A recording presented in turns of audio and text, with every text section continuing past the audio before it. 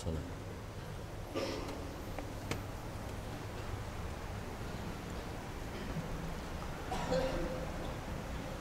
Innal hamdalillah nahmaduhu wa nasta'inuhu wa nastaghfiruh wa na'udzu billahi min shururi anfusina wa min sayyiati a'malina may yahdihillahu fala mudilla lahu wa may yudlil fala hadiya lahu. Ashhadu an la ilaha illallah wahdahu la syarika lahu wa ashhadu anna Muhammadan abduhu wa rasuluh. Allahumma salli ala sayyidina Muhammadin wa ala alihi wa sahbihi ajma'in. Amma ba'd.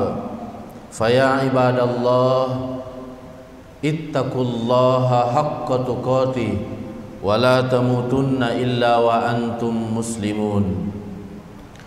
Jamaah Jumat yang dimuliakan oleh Allah Subhanahu wa ta'ala, mari bersama-sama kita memuji kebesaran Allah Subhanahu wa ta'ala sebagai bentuk rasa syukur kita,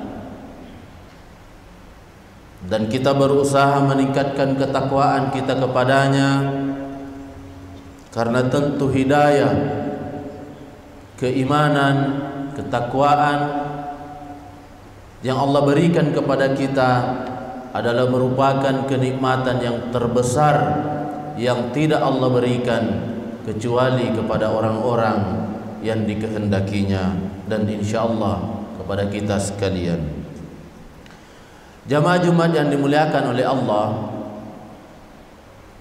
dalam menjalani kehidupan kita sehari-hari, tentu kita punya banyak impian, kita punya banyak harapan dan cita-cita, khususnya dalam hal yang bersifat materi, di mana hal tersebut dapat menunjang kebahagiaan hidup kita di dunia ini. Tetapi tentu sebagai manusia yang penuh dengan keterbatasan dan kekurangan, banyak cita-cita, impian yang bersifat materi itu yang kita tidak dapat wujudkan dalam kehidupan kita sekarang ini. Maka Rasulullah sallallahu alaihi wasallam bersabda yang menjelaskan kepada kita bahwa ternyata ada yang lebih baik dari cita-cita, harapan dan impian dunia yang kita harapkan itu. Hadis ini disebutkan oleh Imam Ahmad bin Hanbal, juga disebutkan oleh Imam Al-Hakim, At-Tabrani, Al-Baihaqi dan Ibnu Asakir. Diriwayatkan oleh tiga Abdullah: Abdullah ibnu Umar ibnu Khattab, Abdullah ibnu Amr ibnu As, dan Abdullah ibnu Abbas.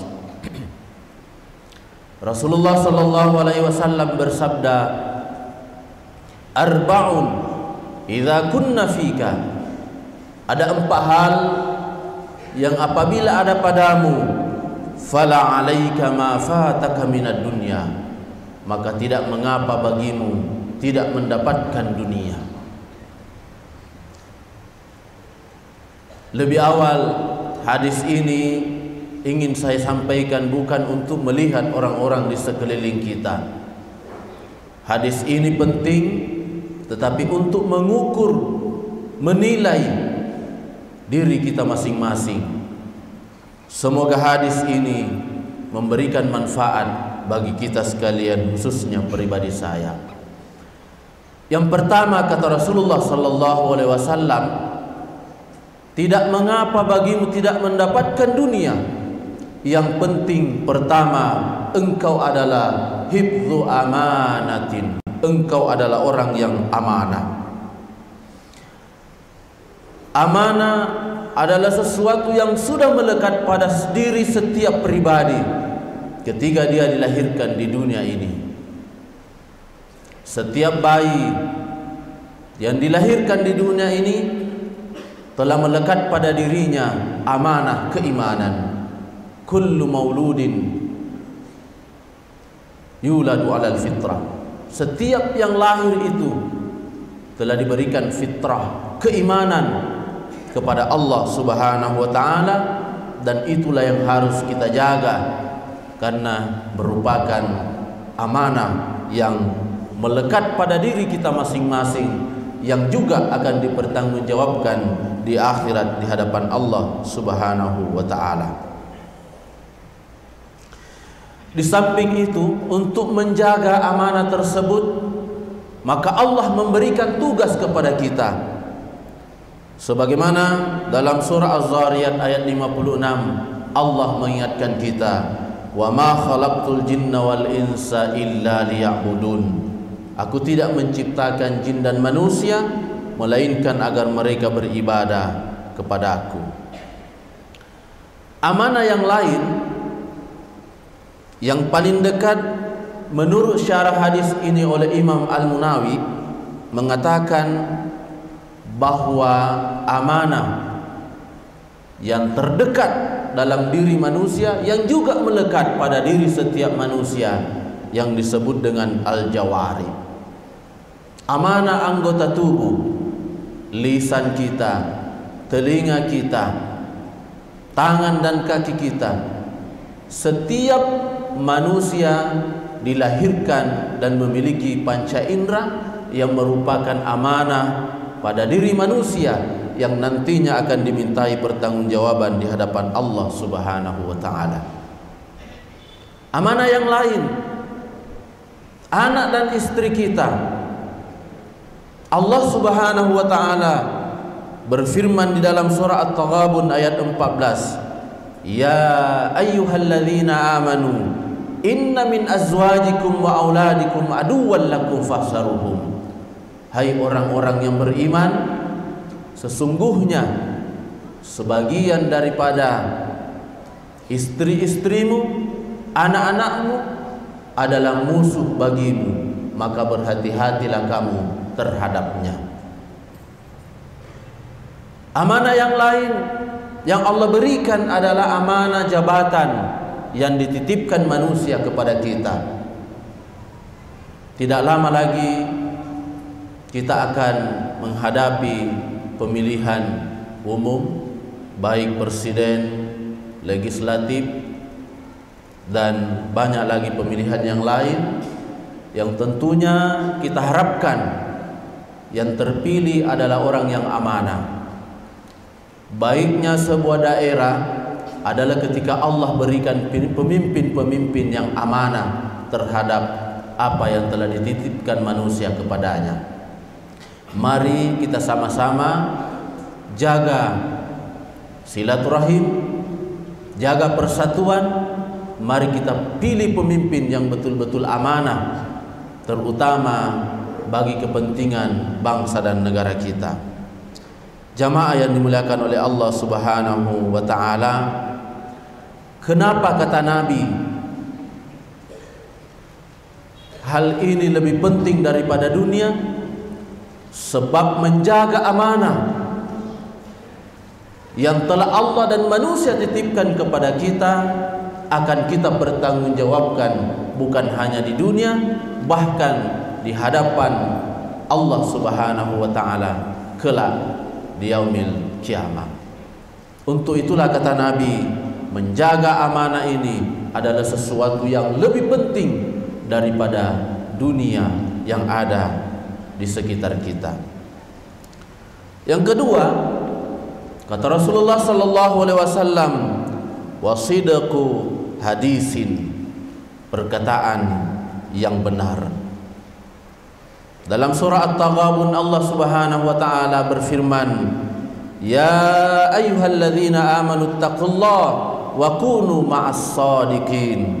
Wahai orang-orang yang beriman, bertakwalah kepada Allah dan hendaklah kamu bersama orang-orang yang benar.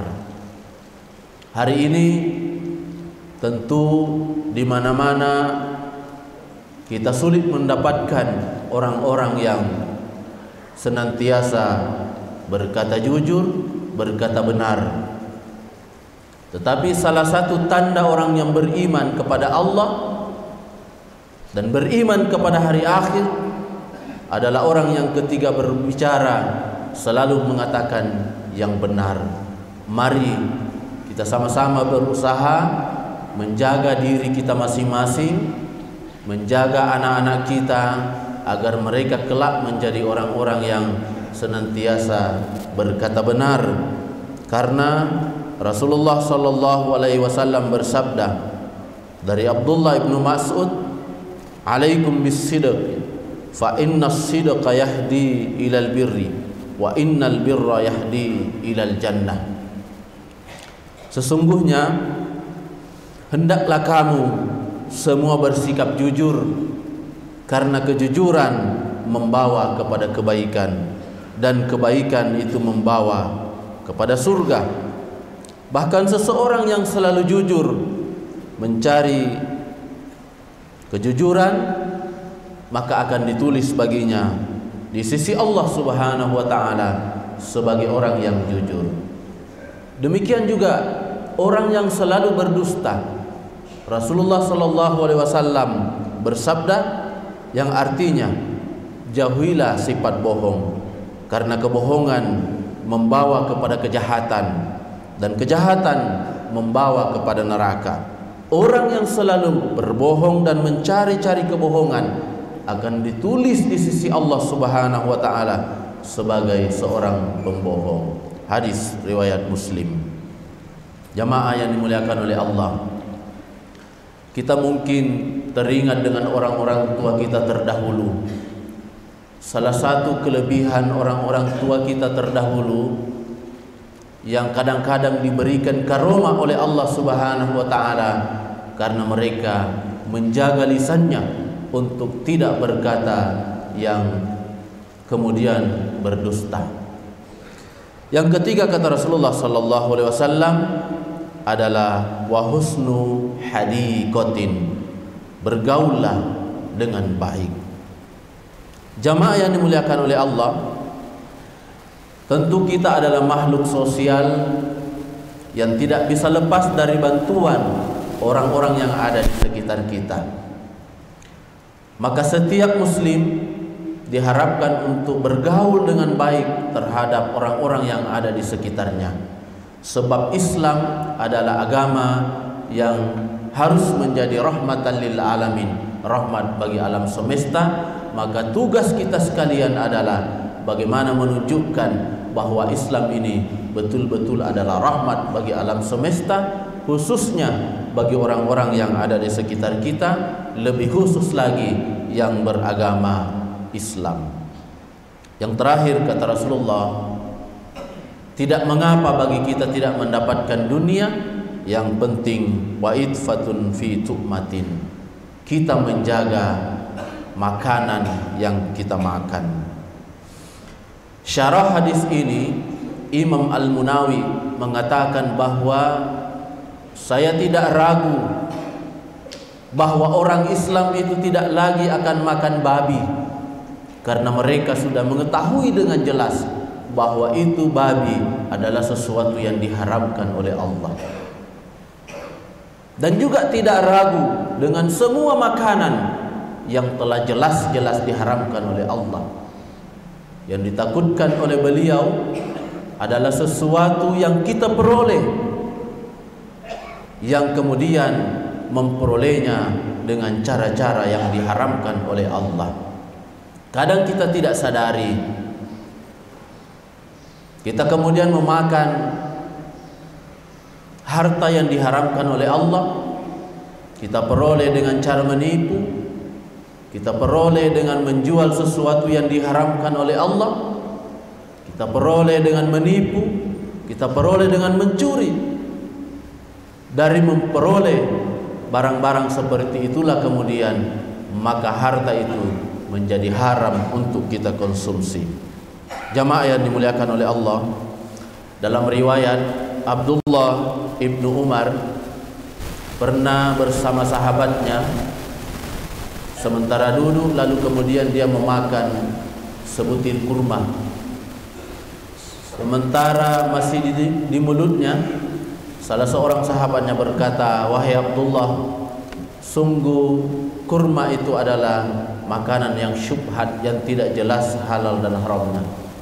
Spontan Abdullah kemudian mengorek mulutnya sampai kemudian dia memuntahkan kurma yang tadi dia makan. Ketika ditanya, beliau mengatakan, "Saya takut jangan sampai sesuatu yang saya makan ini adalah sesuatu yang haram."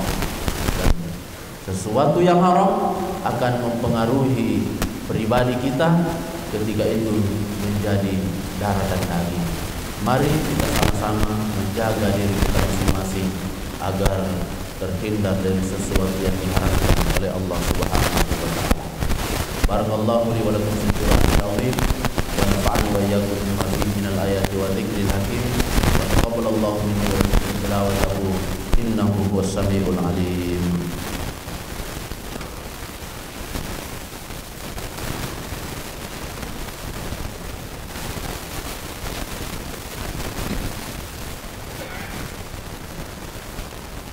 Innal hamdalillah nahmaduhu wa nasta'inuhu wa nastaghfiruh wa na'udzu billahi min shururi anfusina wa min sayyiati a'malina.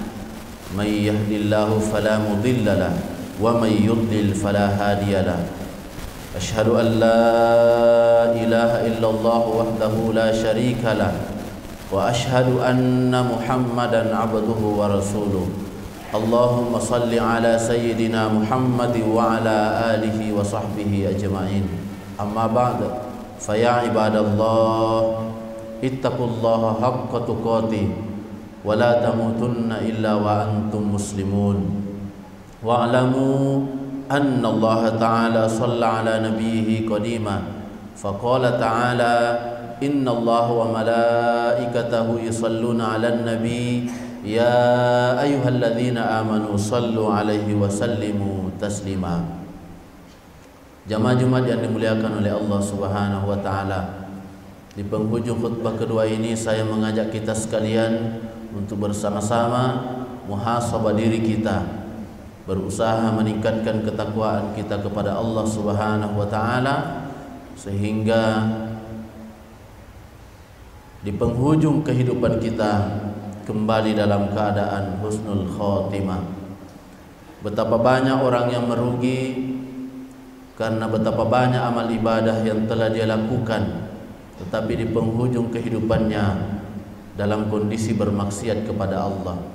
Itulah hikmahnya senantiasa kita diharapkan untuk muhasabah, untuk bertakwa kepada Allah dalam situasi dan kondisi apapun, karena kita tidak tahu kapan dan di mana kita akan kembali kepada Allah Subhanahu wa taala.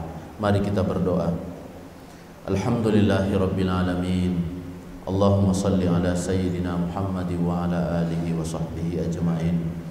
Allahumma ighfir lil muslimin wal muslimat wal mu'minin wal mu'minat al ahya'i minhum wal amwat. Innaka sami'un qaribun mujibud da'wat wa ya qadiyal hajat.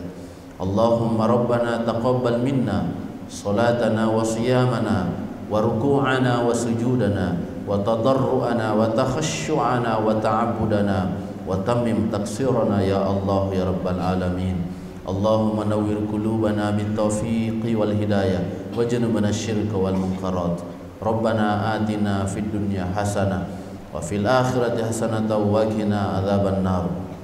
Ibadallah, innallaha ya'muru bil 'adli wal ihsan wa ita'i dzil qurba wa yanha 'anil fahsya'i wal munkar wal bagyi ya'idukum la'allakum tadhakkarun. Wa la dzikrullahi akbar wallahu ya'lamu ma tasna'un. Aqimis shalah.